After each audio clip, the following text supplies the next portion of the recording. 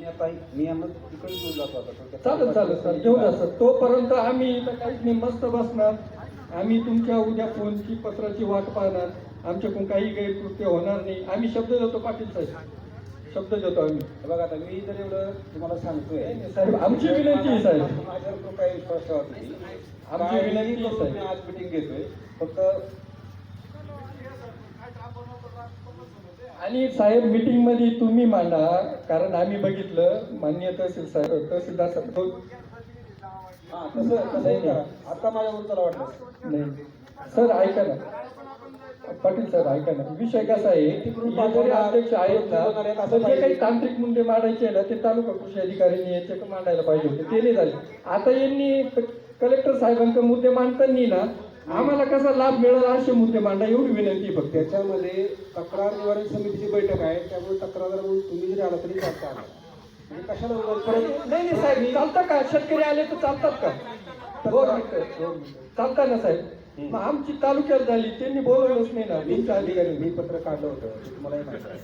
तर त्यांनी नाही ना बोलवलं साहेब, त्यांचे म्हणते नाही येणार. डायव्हर्ट नाही करायचा विषय, पण तो विषय आला म्हणून सांगितलं. तो विषय सोडून द्या. आता पहिलं काय महत्वाचं, तुमच्यापैकी 2-3 प्रतिनिधी या त्या.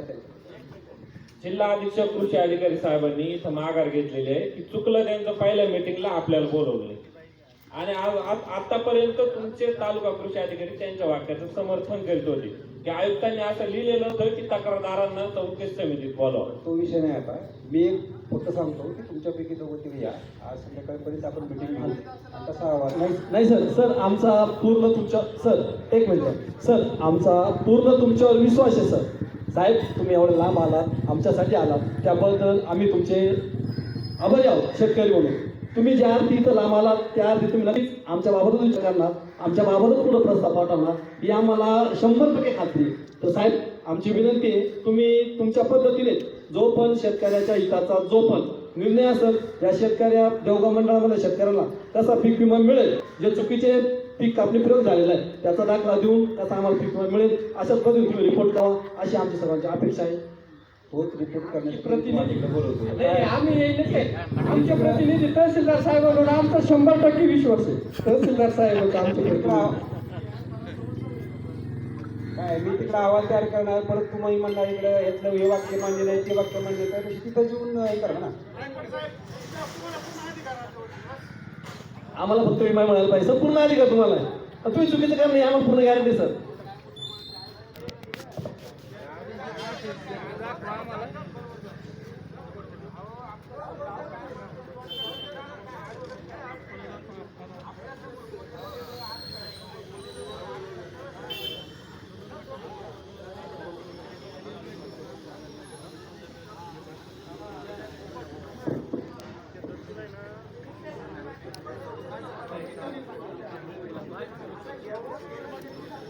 माने साहेब तुम्ही आश्वासन देऊ शकता का? आम्ही तुम्हाला 100% निवडून